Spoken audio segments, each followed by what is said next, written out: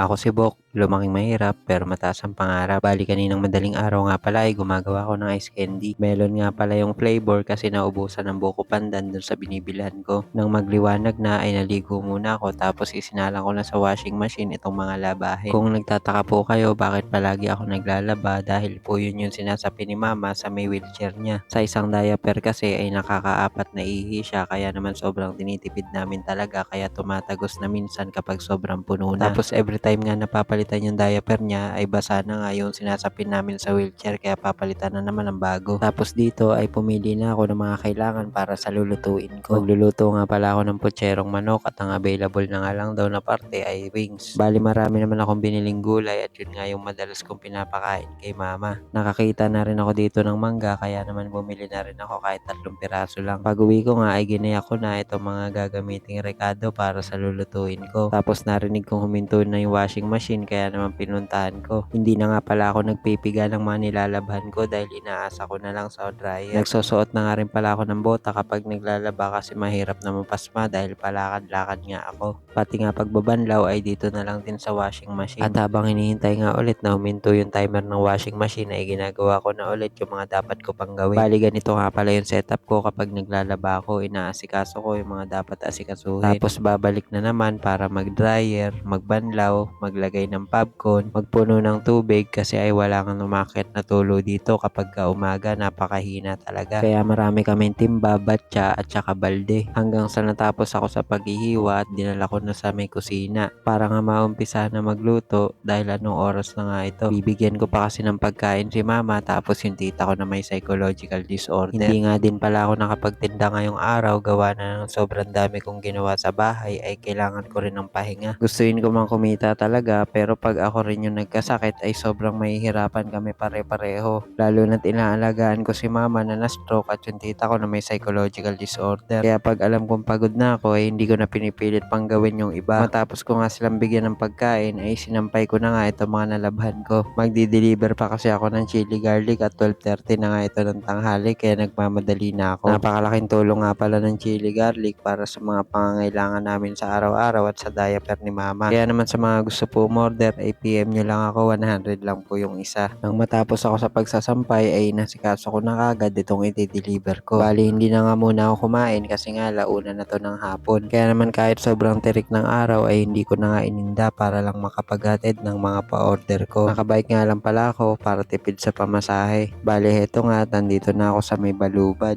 Nung time nga na to ay sumasakit na yung batok ko. Parang pakaramdam ko ay mapuputol na yung ugat sa batok ko. Pero hindi ko na lang ininda at sinabi ko na lang na Lord, ikaw nang bahala sa akin. Nandito na nga ako sa may bisita ng balubad at dito nga daw ako maghihintay. Hindi nga nagpasama sa video yung customer ko kasi ayaw daw niya. Tapos ay may nahintuan ako ditong nagtitinda ng penoy. Kaya naman kumain muna ako kasi nahihilo na din ako sa gutom. Pagkatapos ay pumunta na ako agad ng palengke para bumili ulit ng bawang at sili. Ilang piraso na nga lang kasi yung natitira kaya kailangan ko na ulit gumawa ng isa pang batch. Shoutout nga din pala kay Ate Diana ay natira ko ng chili Pagka-uwi ng bahay ay kumain na muna ako ng tanghalian kahit alas 3 na to ng hapon. O paano? Hanggang dito na lang muna ulit itong video natin na to. Maraming salamat po sa walang sawang suporta nyo.